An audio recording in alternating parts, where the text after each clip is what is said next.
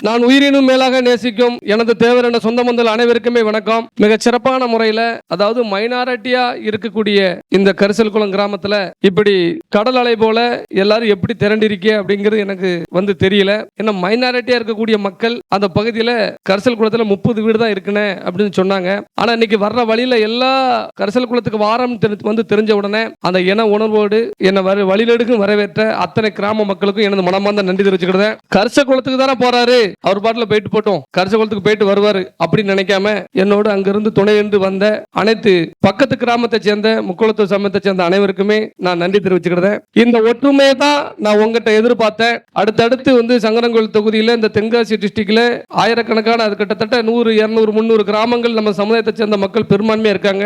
மைனாரிட்டியா இருக்கக்கூடிய மக்களுக்கு ஏதாவது ஒரு ஆபத்து அப்படின்னா நம்ம தான் போகணும், நம்ம தான் தட்டி கேட்கணும் அப்படிங்கிற எண்ணத்தை நீங்க வளர்க்கணும் அப்படின்னு சொல்லி எல்லா கிராமங்களுக்கும் சொல்லியிருந்தேன். அதற்கு இன்னைக்கு பலன் கிடைச்சிருக்கு. மிகவும் மகிழ்ச்சி அடைகிறேன் உங்க எல்லாரையும் சந்திச்சதுல. அது என்னை வரவேற்ற விதம் பாத்தீங்கன்னா மிக சிறப்பான முறையில் என்னை நீங்க வரவேற்றீங்க. உணர்வு பூர்வமா நீங்க வரவேற்றிய பொங்கல் எப்படின்னா மாட்டு பொங்கல் இருந்து காணும் பொங்கல் இருந்து இன்னைக்கு கிட்டத்தட்ட 3 நாள் நீங்க பொங்கல்ல எல்லாரும் டயர்டா இருப்பீன்னு நினைச்சேன். எப்படியும் இவங்க கொஞ்சம் களைப்படைஞ்சிருப்பாங்கன்னு நினைச்சேன். ஆனா கொஞ்சம் கூட உங்களுக்கு களைப்பு டயர்டே இல்ல.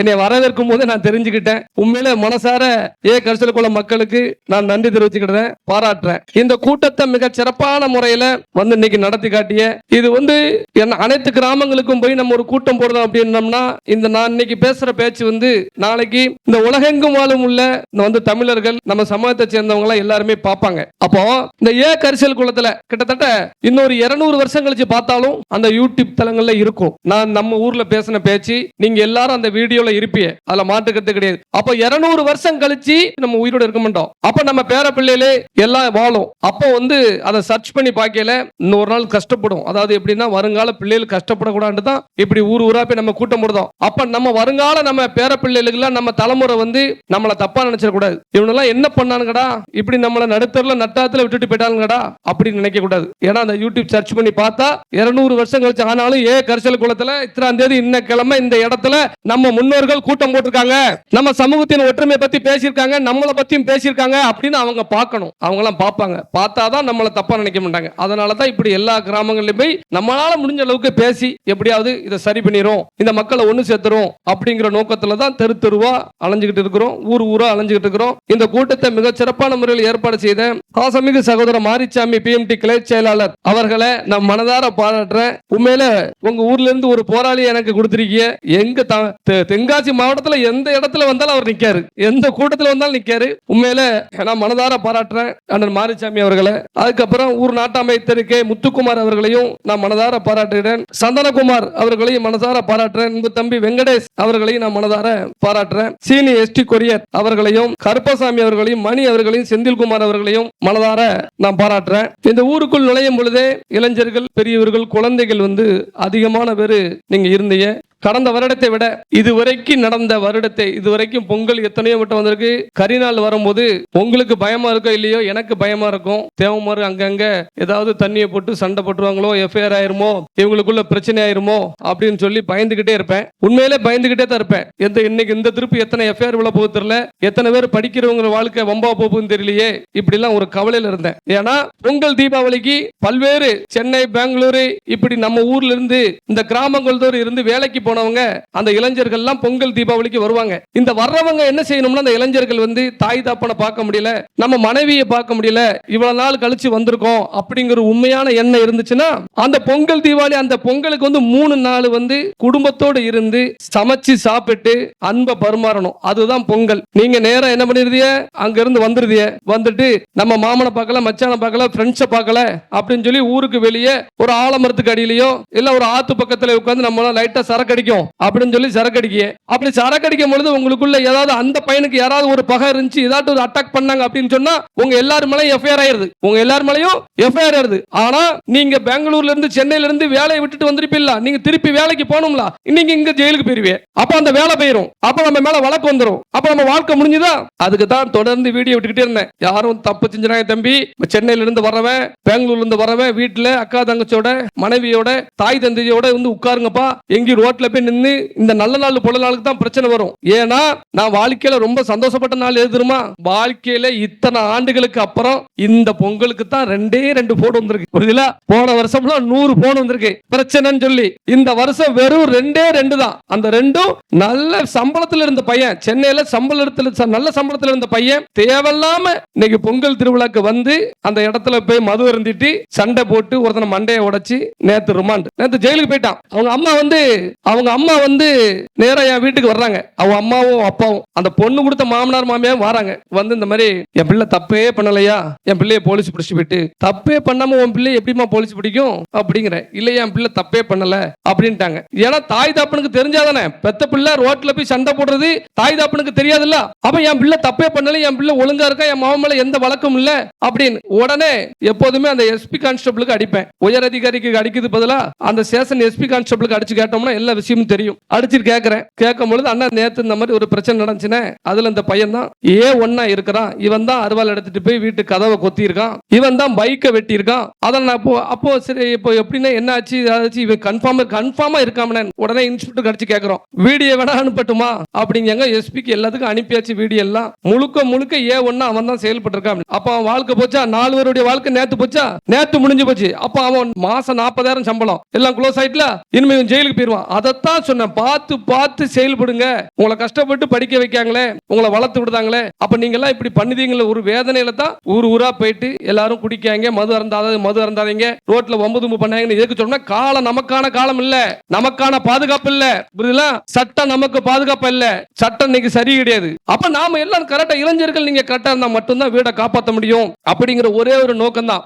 ஊரா எதை போய் சொல்றோம், ஊரா மீட்டிங் போட்டு நீங்க கை தட்டணும், நீங்க வந்து என்னைய வந்து ஒரு இதா நினைக்கணும், நான் ஒரு அரசியல்வாதி ஆனாலும் சொன்னாரு வருங்கால சட்டமன்ற உறுப்பினர். எல்லாரும் இப்போ அதை கடைபிடிச்சிட்டாங்க. தயவு செய்து இனிமேல் அந்த வார்த்தை நீங்க சொல்லாதீங்க. ஏன்னா சட்டமன்ற உறுப்பினர் அது ஒரு காலத்துல அது ஐயா முத்துராமலிங்க தேவருக்கு நான் சட்டமன்ற உறுப்பினர் ஆகணும்னு நினைச்சோம்னா அவர் ஆக்க வைப்பாரு, அதுல மாட்டுக்கிறது கிடையாது. அதனால எல்லா இடத்துலயும் போய் சட்டமன்ற உறுப்பினர் நம்ம சட்டமன்ற உறுப்பினர் ஆகணும்னு உங்ககிட்ட வரல. ஏன்னா இந்த தொகுதி வந்து ரிசர்வ் தொகுதி. புரியுதுல? ஏன் இங்கேயே சுத்தி ஏன்னா இங்கதான் பாசமான மக்கள் எல்லாரும் நீங்க இருக்கல, உசுரா இருக்கலன்னு சொல்லி தான் உங்க எல்லாத்தையும் சரி பண்ணணும் தான் இங்க சுத்தி வரேன். நான் இங்க வந்து தேர்தல நின்று ஜெயிக்கணும்னு இல்ல, உங்க எல்லாத்தையும் பாதுகாக்கணுங்கிறதுல நான் ரொம்ப தெளிவா இருக்கிறேன். எப்படி எல்லாம் ஆபத்து வருது அப்படின்னு நீங்க பார்க்கணும். நாங்க இதுவரைக்கும் சரி எந்த ஒரு மேடையில கூட எந்த சமுதாயத்தையும் நம்ம திட்டினது கிடையாது. புரியுதா உங்களுக்கு? எந்த சமுதாயத்தையும் அழிக்க நம்ம நினைச்சது கிடையாது, நம்ம மக்கள்கிட்ட சொன்னது கிடையாது. ஆனா என் சமுதாயத்தை இந்த மாதிரி தொடர்ந்து சீண்டும் போது, என் சமுதாயத்தை அழிக்க நினைக்கும் பொழுது மட்டும்தான் பிற சமூகத்தின் மீதே எனக்கு கோபம் வரும். மற்றபடி எந்த ஒரு கோபம் வராது. பனங்குடியில 12 வயசு பிள்ளை, 13 வயசு பையன், அவன் பள்ளிக்கூடம் போயிட்டு வந்த பையில கஞ்சா போதையில தலையில மட்டும் 13 வெட்டி வெட்டியிருக்கான். ஒருத்தன் தலையில மட்டும் 13 வெட்டி வெட்டியிருக்கான். அப்ப அந்த பையன் துடிக்க அந்த பையில வந்து கொலை செஞ்சிருக்கான். அதனோட செய்திகளே வெளியே வரல. அப்புறம் நாங்க இங்க இருந்து போய் அந்த வீடியோ எடுத்து வெளியே போடக்கு அப்புறம் தான் தமிழ்நாடு முழுவதும் தெரிஞ்சிருக்கு. அப்ப நான் ஒரு வீடியோ போட்டேன். எந்த சமூக மக்கள், பட்டியல் சமூக மக்கள் வந்து ஏதாவது பாதிக்கப்பட்டாங்கன்னா முதலமைச்சர் எப்படி போன்ல பேசுறீங்களே, அப்ப எங்க சமுதாயத்துல ஒரு பையன் துடிக்க செத்து போயிருக்கானே, அப்ப நீங்க பேசலையே அப்படின்னு சொல்லி வேதனைய நம்ம பகிர்ந்த உடனே சபாநாயகர் வரார். சபாநாயகர் வந்து அவர் வருத்தம் தெரிவிக்கார். ஆமா, ஒருதலை பட்சமா செயல்படுதான், நீங்க நினைக்கிறது கரெக்ட் தான், அவன் கஞ்சா போதையில தான் இதை கொலை செஞ்சிருக்கிறான், நாங்க வருத்தம் தெரிவிச்சுக்கிட்டோம், அவனுக்கு பாதுகாப்பு கொடுக்காம வருத்தம் தெரிவிச்சுக்கிட்டோம் அப்படின்னு சொல்லி வருத்தம் தெரிவிச்சுட்டு அந்த பையன் வாடகை வீட்டுல தான் இருந்தாங்க. அந்த குடும்பம் 20 லட்சம் ரூபாய் மதிப்புள்ள வீடு, அந்த பையனுக்கான பணம் உதவி, நிதி உதவி எல்லாத்தையுமே உட்கார்ந்து 2 நாள் உட்கார்ந்து பெற்று கொடுத்துட்டு வந்தோம். புரியுதுல? பொங்கல் இருக்கு, வீட்டுல வெள்ளை அடிக்கணும், போராட்டத்தை உடலை வச்சு பாடியை வச்சு அதை 10 நாள் 20 நாள் வச்சு ஆர்ப்பாட்டம் போராட்டம் நடத்தி அதுல ஒரு நீதியை பெற்றுக் கொடுக்கணும் ஒரு காலமும் நம்ம நினைச்சது கிடையாது. புரியுதுல? ஒரு உடலை நல்லடக்கம் பண்ணணும், அவ்வளவுதான். ஒரு உடல், அதுவும் 14 வயசு பையன் சொல்ல போய் தான் நம்ம அன்னைக்கு அந்த இடத்துல இருந்து நீதி பெற்றுக் கொடுக்கணும் ஒரு நாள் உடலை வச்சிருந்தோம், வாங்கி கொடுத்தோம். இதெல்லாம் எதுக்கு சொல்றோம்னா, நமக்கு பிரச்சனையே வராது அப்படின்னு சொல்லி தேவமா நினைக்க கூடாது. பிரச்சனை வரும். என்னைக்கு நீங்க தேவமாரா பிறந்துட்டீங்களோ இனிமேல் வருங்காலத்துல இவங்க எல்லாம் என்ன நினைக்காங்க தெரியுமா, நம்ம முன்னோர்கள் எல்லாம் ஒரு காலத்துல இவங்களெல்லாம் பிற கம்யூனிட்டியை வந்து நம்ம கொடுமைப்படுத்தின மாதிரி நினைச்சுக்கிட்டாங்க. ஏன்னா சினிமா படங்கள் இப்ப வர்ற டைரக்டர் போறா நம்மள வில்லனா காட்டி எடுத்து இன்னைக்கு நம்மளுடைய வாழ்க்கையை இன்னைக்கு நாசம் பண்ணதுக்கு பாக்குறாங்க. சண்டீத்தனம் பண்றதை பெருசா நினைக்க கூடாதியா, அதை மட்டும் நினைச்சுக்கோங்க. ஒரு கிராமம், ஒரு ஊரு அப்படின்னு சொல்லி இருக்குன்னா அந்த ஊர்ல எத்தனை தாசில்தார் இருக்கா, எத்தனை விஓ இருக்கிறான், எத்தனை போலீஸ் இருக்கிறான், எத்தனை ராணுவத்துக்கு போயிருக்கான், அதுதான் அந்த ஊருக்கு பேரு. ரவுடி பீனு நிறைஞ்ச ஊரா பேரு கிடையாது. அத மைண்ட் செட்ல வச்சு இளைஞர்கள் எல்லாரும் நினைக்கணும். இந்த கரிசல் குளத்திலிருந்து காவல் நிலையத்துக்கு போறவன் குற்றவாளியா போக கூடாது, காவலரா போகணும். நீதிமன்றத்துக்கு போறவன் நீதிபதியா போகணும், வக்கீலா போகணும், குற்றவாளியா போக கூடாது. அப்படிங்கிற எண்ணத்துல எல்லாரும் இருங்க. பிள்ளைகளை பார்த்து கவனமா வளைங்க. பெண் பிள்ளைகளை மிக மிக கவனமா வளைங்க. பெண் பிள்ளைகள் மேல நம்பிக்கை வைங்க. கண்டிப்பான முறையில வருங்காலத்துல நம்ம இளைஞர்களோட நம்ம பெண் பிள்ளைகள் தான் நம்மளெல்லாம் காப்பாற்ற போறாளுவோ அப்படிங்கிற ஒரு எண்ணம் தான் இன்ன வரைக்கும் நம்ம ஓடிக்கிட்டு இருக்கு. அதைத்தான் நான் எல்லாத்திட்டுமே பேசிக்கிட்டு இருக்கேன். ஏன்னா பெண் பிள்ளைகள் அந்த அளவுக்கு இன்னைக்கு டேலண்டா இருக்காங்க.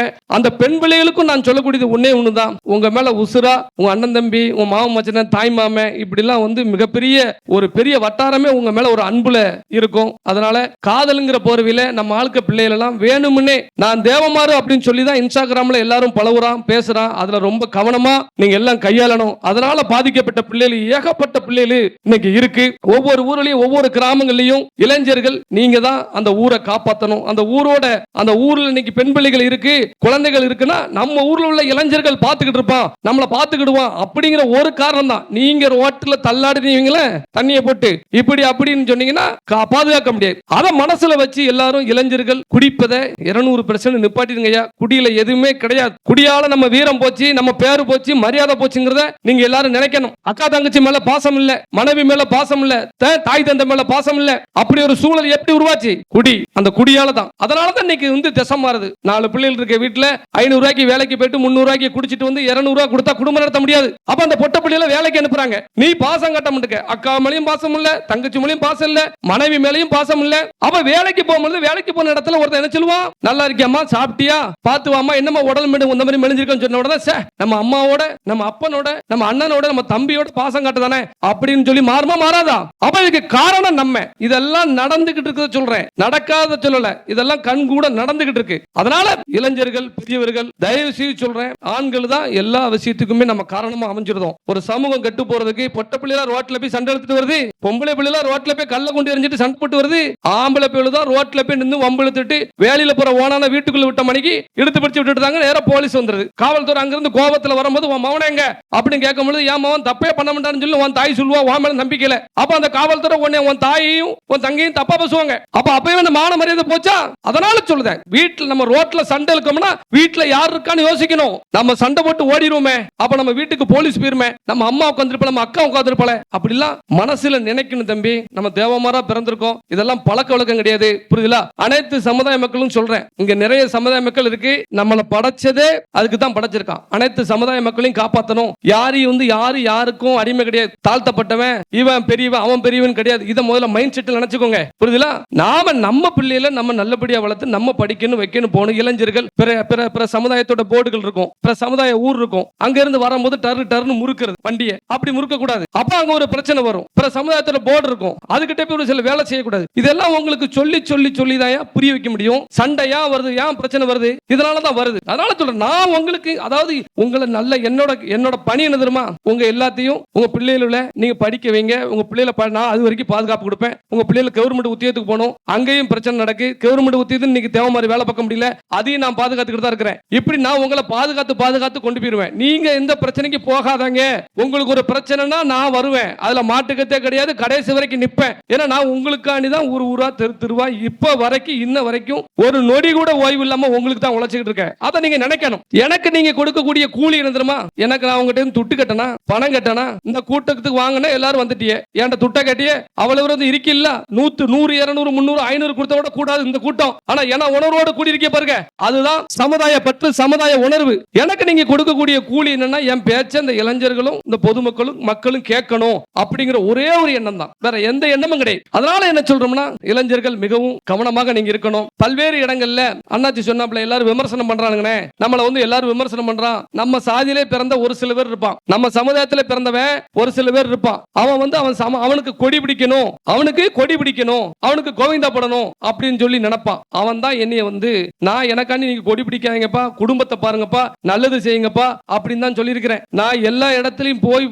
சொல்லக்கூடிய விஷயமே அதான். என்ன நான் வந்து உங்க மேல இருக்க பாசத்தை விட உங்க தாய் தகப்பன் தான் உங்க மேல பாசமா இருப்பாங்க, உங்க அக்கா தங்கச்சி தான் உங்க மேல பாசமா இருக்காங்க தான் நான் ஊரா போய் சொல்லிக்கிட்டு இருக்கேன். நான் உங்களுக்கு நாளைக்கு ஏதாவது ஒரு சிறு விஷயம்னாலும் சரி, நான் ஆஸ்பத்திரியில நீங்க இருக்கும் பொழுது நான் வந்து ஒரு ஆப்பிளோ ஆரஞ்சோ இப்ப வரும்போது கூட பார்த்துட்டு வந்தேன். வரும்போது கூட தம்பி பசுமன் அவருடைய பிள்ளையை பார்த்துட்டு வந்தேன். நான் வந்து பார்த்துட்டு கொடுத்துட்டு தான் வர முடியும், பிள்ளையை பார்த்துக்கோங்க அப்படின்னு சொல்லி. ஆனா உங்களுக்கு என்ன தெரியுமா, உங்களுக்கு கூடயே இருந்து உங்களை காப்பாத்தி உங்களுக்கு கரை சேர்த்து உங்களுக்கு பி மூத்திரம் அழுறது யார் தெரியுமா? தாய் தகப்பேன். அதனால அந்த தாய் தகப்பனை நீங்க எல்லாரும் மதிக்கணும், அக்கா தங்கச்ச மதிக்கணும் அப்படிங்கறதா என்னோட நோக்கம். ஊர் ஊரா பாசத்தை நம்ம விதைச்சிட்டோம் ஐயா. பாசத்தை விதைச்சாலே அந்த சமுதாயம் முன்னுக்கு வந்துரும். இதுல நீங்க தப்பு பண்ண மாட்டேன். அந்த ஒரு நோக்கத்தோட தான் இன்ன வரைக்கும் நான் செயல்பட்டு இருக்கேன். இந்த குடியால தாய் தகப்பன் எப்படின்னா தகப்பனுக்கு இன்னைக்கு மரியாதை இல்லாம போயிட்டு இதெல்லாம் நீங்க பாத்துக்கிட்டு இருப்பீங்க. இன்னைக்கு பல்வேறு கட்டத்துல சொல்றான் 10ஆம் கிளாஸ் தான் படிச்சிருக்காரு, அதாவது நான் படிக்கலையா. என்ன சொல்றான் பாருங்க, படிக்காத தற்கூரி அவருக்கு நாங்கெல்லாம் படிச்ச தலைவர்களே அப்படின்னு சொல்லுவான். இந்த நாட்டை 5 மட்டும்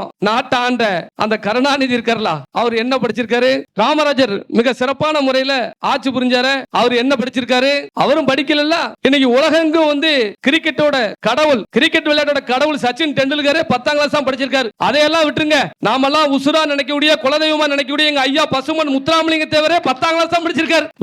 படிப்பு ஒரு மனிதனுக்கு படிச்சவன் தான் இன்னைக்கு கிரிமினல் அலையறான். இன்னைக்கு படிச்சவன் தான் ஒவ்வொரு இடங்களையும் கிரிமினல் வேலை பார்க்கறான். படிச்சவன் தான் இன்னைக்கு ஏழை மக்களுடைய பணத்தை திருடுறான். இன்னைக்கு ஊர் ஊரா கோயில்கள்ல சிலைகளை கொள்ளையடிக்கிறது யாரு? படிச்சவன் தான் கொள்ளையடிக்கிறான். இன்னைக்கு கிரிமினல் வேலை பார்க்கற அத்தனை பேருமே படிச்சவன் தான், டிகிரி முடிச்சவன் தான். பல்வேறு இடங்கள்ல மக்கள் இன்னைக்கு கொல்றான் அப்படின்னா குண்டு வச்சு அவன் படிச்சவன் தான். அதனால இப்படி ஏதோ நம்மளுடைய பணிகளை எசகி ராஜா பணிகளை எப்படியாவது நிப்பாட்டணும். இவன் இப்படி வேகமாலாம் வளர்ந்து போய்கிட்டு இருக்கான். இத்தனை மணிக்கு இந்த நேரத்துக்கு நைட்டு 9 மணிக்கு இவ்வளவு முக்கோளத்தோர் 1-2 எனக்காண்டி உட்கார்ந்திருக்க பத்தியா, அது அவனுக்கு பிடிக்கல. எப்படியாவது எசகி ராஜாவை தடுத்துறணும் அப்படிங்கிற ஒரே ஒரு இதுதான். அரசு ஊழியர்களுக்கு நான் சொல்லக்கூடிய எனது அன்பான முக்கோளத்து மக்களுக்கு, அரசு ஊழியர்கள் எல்லாரும் எங்களுக்கு துணை நிக்கணும். ஓய்வு பெற்றவங்க எல்லாம் எங்களோடு பணிக்கு சேர்ந்து இந்த சமூக மக்களை சரி பண்றதுக்கு நிக்கணும். பல்வேறு இடங்கள்ல இன்னைக்கு நடக்கக்கூடிய பிரச்சனைகள் எல்லாம் மிகவும் ஆபத்தான சூழ்நிலையில இந்த சமுதாயம் இருக்கு அப்படிங்கறத எல்லாரும் உணரணும். அதற்கு இந்த சமூகத்துல நல்ல பேச்சு திறமை உள்ளவங்களும் சமூக சிந்தனையாளர்களும் நல்ல படித்தவர்களும் எங்களோடு துணை நின்று எங்களை இயக்கணுங்கிறதையும் இந்த நேரத்துல நான் தெரிவிச்சுக்கிட்டேன். அதே போல எப்படின்னா இந்த பகுதிகளில இதுவரைக்கும் சாதி வெறி பிடிச்சவனா இருந்திருப்பான். ஒரு சில கம்யூனிட்டியை சேர்ந்தவன் சாதி வெறி பிடிச்சவனா இருப்பான். அவனை கூட்டிட்டு ஊர் ஊரா கொண்டு போய் தேவமார்ட்ட கொண்டு விட்டு மாலை மரியாதை வாங்கி கொடுக்கிற வேலையை விட்டுருங்க. ஏன்னா தேர்தல் வருது, இந்த தேர்தல் வந்தோம்னா தேவமார் ஓட்டு வேணும் அப்படிங்கிற ஒரு நோக்கத்துல நம்மளை அழிக்க நினைச்சவன், நம்மளை அழிக்கணும்னு நினைச்சவனுக்கு கொண்டு போய் மாலை மரியாதை எல்லாம் போட்டுக்கிட்டு இருக்கதா தகவல் வந்திருக்கு. அதெல்லாம் நான் வன்மையா நான் கண்டிக்கிறேன். 2026 சட்டமன்ற தேர்தல் மிகவும் முக்கியமான தேர்தல். உண்மையில நான் என்ன சொல்றேன்னா, பணம் காசு இதுக்கு விலை போகாதீங்க. பணம் கொடுத்தா வாங்கிக்கோங்க, அதெல்லாம் மாட்டுக்கத்தை கிடையாது. அந்த பணம் எல்லாம் உங்க பணம் தான். ஓட்டுக்கு 2000 3000 இந்த திருப்பு போட்டி போட்டு கொடுப்பான். எல்லா பணத்தையும் வாங்கிக்கோங்க. ஆனா நமக்கு நம்ம ஓட்டு போட போற வேட்பாளர் நமக்கு பாதுகாப்பா இருப்பானா, நம்ம பிள்ளைகளை பாதுகாப்பானா, நாளைக்கு ஒரு பிரச்சனைக்கு நிப்பானா அப்படின்னு பார்த்துட்டு நீங்க வாக்களிங்க. யாருக்கு வாக்களிக்கணுங்கிறதையும் நான் கண்டிப்பான முறையில் தேர்தல் நேரத்தில் நான் சொல்லுவேன். அதுல எந்த ஒரு மாற்று கருத்தும் கிடையாது. அதனால மீண்டும் சொல்றேன், இந்த பெண் பிள்ளைகளை மிகவும் கவனத்தோடு வளர்க்கணும். பெண் பிள்ளை தான் நம்மளுடைய பராசக்தி, குலதெய்வமே பெண் பிள்ளை தான். மான போனா உசுறு வளாத ஒரு சாதி இந்த சாதி. அதனால பெண் பிள்ளைகளை மிகவும் கவனமோடு எல்லாரும் நீங்க வளர்க்கணும். நான் பெண் பிள்ளைகளுக்கும் சொல்றேன், உங்க எல்லாத்தையும் நம்பிதான் இந்த சமுதாயம் இருக்கு, இந்த மக்கள் இருக்காங்கிறத நீங்க எல்லாரும் உணரணுமா. உங்களுக்கு ஒரு ஆபத்து பிரச்சனை அப்படின்னா கூட பிறந்த மாதிரி எல்லா விஷயத்தையும் என்கிட்ட எடுத்து சொல்லுங்க. நான் கண்டிப்பான முறையில் கூச்சப்படாங்க, வெக்கப்படாங்க. எல்லாரும் ஒரு சில விஷயத்தை மூடி மறைக்க தான் இவ்வளவு பெரிய பிரச்சனை இன்னைக்கு உருவாயிருது. நிறைய பெண் பிள்ளைகளை இப்ப நாங்க சரி பண்ணி இருக்கிறோம். நிறைய குடும்பங்கள் நான் ஒவ்வொரு இடத்திலும் பேசுவதை பார்த்து சொல்லியிருக்காங்க. அதெல்லாம் சரி பண்ணி தக்காத்தி காப்பாத்தி கொடுத்திருக்கிறோம். அதனால தயவு செய்து எந்த ஒரு விஷயம் இருந்தாலும் நீங்க, அதனால தான் உங்க ஊர்ல எல்லா ஊர்லயும் இன்னைக்கு கிளைகள் போட்டுக்கிட்டு இருக்கோம். இன்னைக்கு சகோதரர் மாரிச்சாமி இந்த ஊர்ல எந்த ஒரு பிரச்சனையா இருந்தாலும் அவர்கிட்ட எடுத்து சொல்லுங்க. அவர் பொன்ராஜன் சொல்லுவாரு, பொன்ராஜன் எனக்கு சொல்லுவாரு. கண்டிப்பான முறையில் அந்த பிரச்சனை நாங்கள் சரி பண்ணுவோம். காவல் நிலையம் பொறுத்தளவில், காவல்துறையை பொறுத்தளவில் ஓரளவு இன்னைக்கு தென்காசி மாவட்டத்தில் நல்ல நிலைமையில தான் எல்லாரும் இன்னைக்கு செயல்பட்டு இருக்காங்க. நிறைய கம்ப்ளைண்ட் குற்றச்சாட்டு எதுவுமே இல்ல. மற்ற மாவட்டங்கள்ல இருக்கிற மணிக்கு இல்ல. நல்ல அதிகாரிகளா, நல்ல காவலர்களா எல்லாரும் இருக்காங்க. இதை நீங்க எல்லாம் பயன்படுத்திக்கோங்க. நீங்க உங்களுடைய ஒண்டி வாழக்கூடிய சமுதாய மக்களை அரவணைச்சுக்கோங்க. நீங்க எல்லாரும் ஒற்றுமையா இருக்கணும் அப்படின்னு தான் நான் நினைக்கிறேன். அந்த சாதி இந்த சாதின்னு சொல்லி பார்க்க வேண்டாம். நமக்கு தீங்கே நினைச்சாலும் சரி, நம்ம 4 பேருக்கு நல்லது செய்யும். அப்பேற்பட்ட பரம்பரை தான் நம்ம ஐயா பசுமன் முத்துராமலிங்க தேவர் என்ன யார் அந்த பட்டியல் சமூக மக்களுக்கு அதிகாரம் கொடுத்தது? முத்துராமலிங்க தேவர் தான் கொடுத்தாரு. அந்த சமூகத்தை MP MLA எல்லாம் ஆக்கினார். ஆனா இன்னைக்கு நன்றி இல்லாம அந்த சமூகத்தை சேர்ந்த ஒரு சிலர் நம்ம ஐயா முத்துராமலிங்க தேவரை அசிங்கமா பேஸ்புக் வலைதளங்கள்ல பதிவிடுதாங்க. நம்ம ஐயா முத்துராமலிங்க தேவர் இறந்தும் தெய்வமா இருக்காரு. வர 2026க்குள்ள சங்கரன் கோவில்ல இந்தியாவின் முதல் சுதந்திர போராட்ட வீரர் மாவீரன் பூலித்தேவருடைய சிலையை கண்டிப்பான முறையில் வச்சே தீரணும் அப்படின்னு சொல்லி கோரிக்கை வச்சிருக்கிறோம். மட்டும் இந்த கரிசல்குளம் மண்ணில இருந்து நான் சொல்லிட்டு போறேன், 2026 தேர்தலுக்குள்ள சங்கரன்கோவில்ல பூலித்தேவருடைய சிலையை அமைக்கல அப்படின்னு சொன்னா அதுக்கு காரணமான யாரையும் நாங்க ஜெயிக்க வைக்க மாட்டோம், விட மாட்டோம். இது மிகப்பெரிய ஒரு பிரச்சாரமாக மாறும். கொடுத்த வாக்க நான் காப்பாற்றுவோம், அதுல எந்த ஒரு மாற்று கருத்தும் கிடையாது. எல்லாரும் நீங்க எல்லாம் ஒற்றுமையா இருந்தா மட்டும்தான் நம்ம ஒவ்வொரு விஷயங்களையும் கோரிக்கைகளையும் நம்ம வென்றெடுக்க முடியும். அதனால எல்லாரும் ஒற்றுமையா இருங்க. நீங்க எனக்கு செய்யக்கூடிய ஒரே ஒரு விஷயமே, நீங்க எல்லாம் ஒற்றுமையா இருந்தா மட்டும்தான் நம்ம சமூகத்தை காப்பாற்ற முடியும். இன்னொன்னு மேடைக்கு நான் சொல்லக்கூடியதுதான், எல்லா பெண்களுக்கும் ஆண்களுக்கும் சொல்லக்கூடியதான், கவனமா கேட்டுக்கோங்க. ஜனத்தொகை என்பது நம்ம சமுதாயத்துல குறைஞ்சுக்கிட்டே போகுது. ஜனத்தொகை எல்லா இடத்துலயும் நம்ம குறைஞ்சுக்கிட்டே போறோம். அதனால இந்த அரசாங்கம் சொல்ற மணிக்கு ஒன்னே ஒண்ணு கண்ணே கண்ணு, நாம் இருவரு நமக்கு ஒருவரு, இதெல்லாம் திரும்ப நம்ம சாதியோட கூட்டத்தை அழிக்கிறதுக்கு. அதனால யாரும் அப்படி இது பண்ணிட வேண்டாம். நம்ம ஒரு காலத்துல எல்லார் வீட்லயும் 10 பிள்ளைகள் 15 பிள்ளைகள் 12 பிள்ளைகள் இருந்துச்சு. இன்னைக்கு ஒரு பிள்ளைய வச்சுக்கிட்டு நம்மளோட ஜனத்தொகையை குறைச்சிட்டோம். இன்னைக்கு செல்வாக்கு இல்ல. அதனால எல்லார் வீட்டுக்குள்ளயுமே 4 பிள்ளைகள் 5 பிள்ளைகள் இருக்கணும். அதற்கு ஆண்களும் ஒழுங்கா வேலைக்கு போகணும், குடிக்க கூடாது. அதனாலதான் ஊரா நான் போய் சொல்லுதேன். அதனால நம்ம ஜனத்தொகை மக்கள் தொகை ஓட்டு வங்கி எந்த மக்கள் அதிகம் இருக்காங்களோ அந்த மக்களுக்கு தான் அரசாங்கமும் சப்போர்ட் பண்ணும். புரியுதா? அதனால நம்ம ஒரு பிள்ளை தான் எனக்கு வேணும், 2 பிள்ளை அப்படின்னு நினைக்காதீங்க. வருங்காலத்துல நம்ம சமுதாயம் 2.5 கோடி பேர் 3 கோடி பேர் சொல்லி மாறணும் அப்படின்னு சொன்னா நம்ம அதுக்கு தயாராகணும் அப்படிங்கிறது நான் இந்த நேரத்தில் பதிவு செஞ்சுக்கிறேன். உண்மையிலே இந்த நேரத்தில் தொடர்ந்து தமிழகம் முழுவதும் இருந்து கூட்டம் நடந்துகிட்டு இருக்க. நாலாம் நாளைக்கு கிட்டத்தட்ட தேர்தல் முடிவு வரைக்கும் கூட்டம் இருக்கு. உங்களெல்லாம் நம்பிதான் இந்த தேர்தலில் நாங்க இப்படி தெருவா போய் பேசிட்டு இருக்கோம். எலெக்ஷனை சந்திக்கணும் நோக்கத்துல இன்ன வரைக்கும் நாங்க ஏற்பாடே பண்ணல. ஏன்னா நீங்க எல்லாம் கூட்டம் போடுறதே அவங்க எல்லாம் சந்திச்சிடணும் அப்படின்னு சொல்லிதான் நாங்க வந்துகிட்டு இருக்கிறோம். அதுக்கு உண்மையா எல்லாரும் இருக்கணும். நான் எப்பவுமே சொல்றதுதான், நீங்க இப்படி இருக்கணும் அப்படி இருக்கணும். இந்த சமுதாயம் சொல்லுது. டெய்லி போன் பண்ணி, அண்ணே விலைக்கு போயிறாங்க, அவன் துரோகி, இவன்ட போயிறாங்க, அவன் துரோகி, இவன்ட போயிறாங்க. நான் எங்கேயும் போக மாட்டேன், நீங்க எல்லாரும் எண்ணி விட்டுட்டு ஓடிதாங்க அப்படிங்கறதான் டெய்லி பதிவு பண்ணிட்டு இருக்கிறேன். அதை ரொம்ப கவனமா நீங்க கையாளணும். எந்த காரணத்தை கொண்டும் சரி, இந்த இனத்தை அழிச்சவனையும் இந்த இனத்தை அழிக்க நினைச்சவனையும் துரோகிகள்கிட்டையும் ஒரு காலமும் இந்த பிஎம்டி மக்கள் பாதுகாப்பு இயக்கம் இருக்காது. அதுல நான் ரொம்ப தெளிவா இருக்கிறேன். உங்க எல்லாத்தையும் வித்துறக்கூடாது, அடமானம் வச்சிடக்கூடாது, உங்களுக்கான கோரிக்கைகள் நிறைவேறாம எந்த கட்சிக்கும் கூட்டணி பேரக்கூடாதுங்கிற ரொம்ப தெளிவா இருக்கிறேன். அதே மாதிரி நீங்களும் எல்லாரும் இருக்கணும் அப்படிங்கிறதான் ஊரா சொல்லிக்கிட்டு இருக்கிறேன். நான் மேடையா சொல்லிட்டு போவேன். நீங்க தேர்தல் வந்த உடனே அதுக்கப்புறம் என்ன மாட்டோம், இன்னும் ஒரு மாதம் தெரியும். அடுத்த தேர்தலுக்கு எல்லாரும் வேட்புமனு தாக்கல் பண்றதுக்கும் பிரச்சாரத்துக்கும் ஆள் கேட்பாங்க ஊருக்கு. அப்ப நான் கூட்டம் போடனாலே ஆள் கிடைக்காது. ஏன்னா அங்க 200 கொடுக்காங்க, 300 கொடுக்காங்க, 500 கொடுக்காங்க. ஆனா இந்த திருப்பி என் சமுதாயம் அப்படி இருக்காது, அப்படி மாறாது அப்படின்னு எனக்கு தெரியும். அந்த அளவுக்கு உணர்வா எல்லாரும் இருந்துக்கோங்க. மீண்டும் பெண் பிள்ளைகளை கவனமா எல்லாரும் வளர்த்துக்கோங்க. பெண் பிள்ளைகளை நம்புங்க, பெண் பிள்ளைகளை படிக்க வைங்க. பெண் பிள்ளைகளை படிக்க வச்சோம்னா கண்டிப்பான முறையில் அந்த பிள்ளைகள் படிச்சு வளர்ச்சி அந்த ஊரையே காப்பாற்றும் அப்படிங்கிற எண்ணம் எனக்கு முழு நம்பிக்கையோட இருக்கிறேன். எல்லா தாய் தகப்பனும் அதை நீங்க செய்யுங்க. நீங்க நல்லபடியா பிள்ளைகளை படிக்க வச்சால போதும். நீங்க வேற எதுவுமே வாழ்க்கையில செய்ய வேண்டாம். இன்னைக்கு நகை இன்னைக்கு போற ரேட்டுக்கு வாங்க முடியுமா? வாங்க முடியாது. இன்னைக்கு வெள்ளி ரேட்டு இன்னைக்கு வாங்க முடியுமா? வாங்க முடியாது. அப்ப நீங்க என்ன செய்ய, உங்க பிள்ளைகளுக்கு 50 பவுன் போட்டா தான் வருவான், 20 பவுன் போட்டா தான் வருவான். அந்த நகை மேல உள்ள கவனத்தை முதல்ல விடுங்க. நகை வேணும் அதை வச்சு பிள்ளைகளை படிக்க வைங்க. பிள்ளைகளை படிக்க வச்சுட்டீங்களே, அவன் நாளைக்கு ஒரு தாசில்தாரவோ, அவன் ஒரு ஆர்டிஓவோ, ஒரு கலெக்டரோ வந்தானுங்களே, தன்னால வருவான். உங்களுக்கு நம்ம பிள்ளையை கெட்ட வந்துதான் தீரணும். அதனால படிப்பை முதல்ல கவனமா நீங்க செலுத்துங்க. பிள்ளைகளை படிக்க வச்சுட்டாலே நீங்க போதும் நினைக்கிற இளைஞர்களும் படிப்பை மெயினா நினைங்கயா, கல்வியை மெயினா நினைங்க. இந்த 10ஆம் கிளாஸ் படிச்சிருவேன் 12ஆம் கிளாஸ் படிச்சவன் பள்ளிக்கூடம் போகாம இருப்பான். நீ தயவு செய்து போலீஸா மாறு. நீ 10ஆம் கிளாஸ் படிச்சா நீ போலீஸா மாறலாம். அந்த போலீஸுக்கான அதிகாரத்தை நான் சொல்றேன். ஒன்னே ஒண்ணு சொல்றேன். ஒரு பக்கத்து ஊர்ல மாட்டு சமூகத்தை சேர்ந்த ஒரு பையன் உன்னை அடிச்சிட்டான் அப்படின்னு வைப்பா, உடனே நீ என்ன பண்ணுவா, இன்னாரு நம்மள அடிச்சிட்டானே, அவனை விடக்கூடாது அப்படின்னு நினைப்பெல்லாம் கண்ணுல விளக்கண்ணை ஊத்திக்கிட்டு நிப்ப. அதே பையன் போலீஸாய் உன்னை அடிப்பான். அதே பக்கத்தூர்கார பையன், அதே சாதிகார பையன் உன்னை போலீஸாய் அடிப்பான். போலீஸாய் அடிச்ச உடனே மட்டும் அது ஏட்டையா அப்படிங்க, ஏட்டை அடிக்காங்க, அது எப்படி உங்களுக்கு வாயில் வருது? அதிகாரம். அதுதான் அதிகாரம். புரியுதுல?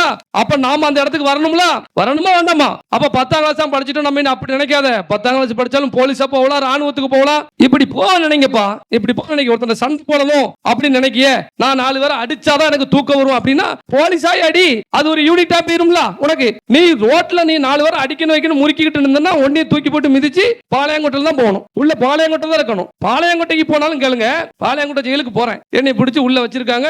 உள்ள மனு அந்த இதுல நடந்து போய்கிட்டு இருக்கேன். உள்ள நடந்து போயிட்டு இருக்கேன். தேவமார பத்தின வெளியே இருக்க தேவமாரோட உள்ளதான் அதிக தேவமார் இருக்கான். எங்க இருக்கான்? நிக்கிறான் பாளையங்கோட்டையில. அப்ப என்னடா பூராவும் இங்க தான் நிக்கலடா அப்படிங்கிற. அண்ணா கவலைப்படாத, நம்ம தான் மெஜாரிட்டி. எப்படி அவனுக்கு பெருமையை பாருங்க, பாளையங்கோட்டை உள்ள இருந்துகிட்டு நம்ம தான் மெஜாரிட்டியா, கவலைப்படாங்க நம்ம தான் மெஜாரிட்டி இருக்கு. அட பாவியலா இல்ல இப்படியெல்லாம் சொல்லுவே, இது ஒரு வாழ்க்கையாடா உங்களுக்கு அப்படின்னு. அப்புறம் நான் உள்ள போகணும்னு சூப்பரண்ட் எல்லாரும் வந்து எசக்கி இது வந்து வெளியே அந்த தேவர்குளம் பிரச்சனையோட நடந்தது. அப்போ அந்த காக்கி சட்டை வேற இந்த காக்கி சட்டை வேற எசக்கி உள்ள எதுவும் பிரச்சனை அப்படின்னாங்க. உங்களை பார்த்த உடனே எல்லாரும் இந்த பேப்பர்ல எழுதி அந்த பிரச்சனை இந்த பிரச்சனை கொடுப்பாங்க, நீங்க அதை எதுவும் கண்டுக்கிட வேண்டாம் அப்படின்னு. அப்ப நான் இருக்க தண்டியும் சாப்பாடு கொஞ்சம் நல்ல சாப்பாடு போட்டாங்க. அதையும் ஒரு தேவை மாதிரி சொல்றான், ஏன்னா இப்பளுக்குள்ள வெளியே பேராதானே நீ வந்த உடனே சாப்பாடு நல்ல சாப்பாடு போடுதான். அவன் பாருங்க, ஏண்டா காலமுள்ளா போனா நான் உன் கூட தான் இருப்பேனா, என்ன உனக்கு பெயிலிகள் வந்துடாமனே அப்படிங்க. அப்போ பாருங்க, அந்த உள்ள ஜெயில இருக்கமே, நம்ம வீடு என்ன செய்யும், பிள்ளைகள் என்ன செய்யும், நம்ம மனைவி என்ன பண்ணுவாங்க, கொஞ்சம் கூட கவலை இல்ல. காலையில எந்திரிச்ச உடனே அவன் வந்து வீட்டுல இருந்தான்னு வைங்களேன், குளிக்க மாட்டான், கோயிலுக்கு போக மாட்டான், திருநார் பூச மாட்டான். செயலுக்குள்ள பாருங்க, காலையில 6 மணிக்கு கதவை திறந்து விட்ட உடனே எந்திரிச்சு குளிச்சுட்டு போய் பட்டை பாத்தீங்கன்னா இப்படி அடிச்சிட்டு வந்து உட்கார்ந்து இருக்கிறான், சாரத்தை உடுத்திக்கிட்டு. அந்த இடத்துல அவ்வளவு ஒரு இதா, இப்படி நீ வெளியே இருந்திருந்தா நீ உள்ள வந்திருப்பியாடா அப்படின்னு. இப்படி வெளியே இருந்திருந்தோம்னா, வெளியே போய் இப்படி இருந்தோம்னா உள்ள வந்திருப்பானா, உட்கார்ந்து இது விளையாண்டுகிட்டு இருக்கான். இந்த தாயை வரைஞ்சு விளையாடுவாங்கல்ல, இதை உட்கார்ந்து விளையாண்டுகிட்டு இருக்கான். அப்ப அது ஒரு பெருமை இல்லையா? சிறை கட்டியது நமக்கு தாமா, ஜெயிலே நமக்கு தானே கட்டிருக்காங்க. எதுக்கு கட்டினாங்க ஜெயில்? நமக்கு வெள்ளக்காரனை விரட்டி அடிச்சோம், அந்த நேரத்துல வெள்ளக்காரன் நம்மள அடக்க முடியல. அப்ப இந்த பரம்பரை பூரா பிடிச்சி ஜெயில போடணும் அப்படின்னு சொல்லி ஜெயில் கட்டினான். இப்பமா வந்து இப்போ உள்ள ஜெயிலுக்கு எப்படி இருக்கு, அப்போ உள்ளதுக்கு எப்படி இருக்கு? வெள்ளக்காரனை நம்ம எதிர்த்தனால நமக்கு நம்ம பிடிச்சு போட ஜெயில் கட்டினாயா, இப்ப நமக்கு ஜெயில் வேண்டாம், அந்த ஜெயிலுக்கு இன்னைக்கு நம்ம அதிகாரியா போனோம், புரியுதா? 4 பேரை நிர்வகிக்கிற ஒரு அதிகாரத்துக்கு போனோம் அப்படின்னு நினைக்கணும். அதனால தயவு செய்து சொல்றேன், ஒவ்வொருத்தன் சொல்லுவான் இன்ஸ்டாகிராம்ல வந்து அப்படி இப்படி ஆனா போனோம்மா, புரியுதுல? அதெல்லாம் நம்பிறாங்க. நீங்க ஜெயிலுக்கு போனா தான் தெரியும், அங்க 4 நாள் 5 நாள் உள்ள இருக்கும் போது தான் தெரியும். அது வரைக்கும் உங்களுக்கு தெரியாது. சோறு எல்லாம் உள்ள எப்படி தெரியுமா இருக்கும்? நீங்க வீட்டுல தாய் சமைச்சது பொண்டாடி சமைச்சதெல்லாம் தூக்கி எரிஞ்சிருப்பியா, இது நல்லா இருக்கா அது நல்லா இருக்கா அப்படின்னு சொல்லி. உள்ள போனாதான் தெரியும். அங்க இருந்து வரும்போதே நாத்தடிக்கும், என்னது வருது அப்படின்னு பார்த்தா சாப்பாடு வரும், புரியுதா? அந்த சாப்பாடு தான் நம்ம சாப்பிடணும். அதனால தயவு செய்து சொல்றேன், ஜெயிலாம் நமக்கு பெருமை அப்படின்னு கனவுல கூட நீங்க யாரும் நினைக்க கூடாது. இந்த ஊர்ல நான் வந்து பேசிட்டு போனதுக்காண்டி நான் வரும்பொழுதே இப்ப எல்லா கிராமத்திலையும் பாதி கிராமத்துல குடி இல்ல, மது இல்ல, சந்தோஷமா இருக்கு. எல்லா ஊர்ல இருந்து போன் பண்றாங்க, என் மகன் குடியை விட்டுட்டான், என் கணவன் குடியை விட்டுட்டான், என் பிள்ளை இன்னைக்கு குடியை விட்டு இன்னைக்கு எனக்கு உழைச்சி தருது அப்படிலாம் எனக்கு போன் வந்திருக்கு. இந்த ஊருக்கு வரும்பொழுது என்னை வரவேற்கும் போதே பார்த்தேன், ஒரு 5-6 பேர் நீங்க எல்லாம் ட்ரிங்க்ஸ் அடிச்சிருக்கீங்க, அதெல்லாம் பார்த்தேன். சரி, நான் அதை ஏத்துக்கிட்டேன். ஏன்னா பொங்கல் நீங்க எல்லாம் ஜாலியா இருக்கீங்க, நான் ஏத்துக்கிட்டேன். அதையே வாடிக்கையா இல்லாம தயவு செய்து அதெல்லாம் விட்டுருங்க. இளைஞர்கள் நல்லா விளையாடுங்க, உடம்ப ஏத்துங்க. என்ன விளையாட்டு, நீங்க ஜிம் அமைக்கணும், எங்க ஊர்ல விளையாட்டு பொருள் வாங்கி போடுங்க, நாங்க விளையாடுதுன்னு சொன்னீங்கன்னா நாங்க எங்க அறக்கட்டளை இருந்து நாங்க விளையாட்டு பொருள் வாங்கி போடுறோம், புரியுதுல? அதுல மாட்டுக்கத்தே கிடையாது. விளையாண்டு உடம்ப தேத்துங்க. அந்த உடம்ப பார்த்து அந்த முகத்தை பார்த்து அவன் தேவமாறுன்னு சொல்லி நிக்கணும், தெரியணும், அந்த உடம்ப பார்த்து தெரியணும். என்ன அப்பேற்பட்ட தேவமாரெல்லாம் இறந்து போய் ரொம்ப வருஷம் ஆச்சு. அதனால தயவு செய்து எல்லா ஊர்களையும் இளைஞர்கள் வந்து இதெல்லாம் நீங்க செய்யணும் அப்படின்னு ஆசைப்படுறேன். ஊருக்கு வந்து இந்த மாதிரி உடற்பயிற்சி கூடத்தெல்லாம் உருவாக்கணும் தான் என்னோட எண்ணம். அதுல மாட்டுக்கத்தே கிடையாது. எல்லா ஊருக்கும் போறேமா, நான் எல்லா ஊருக்கும் போறேன்.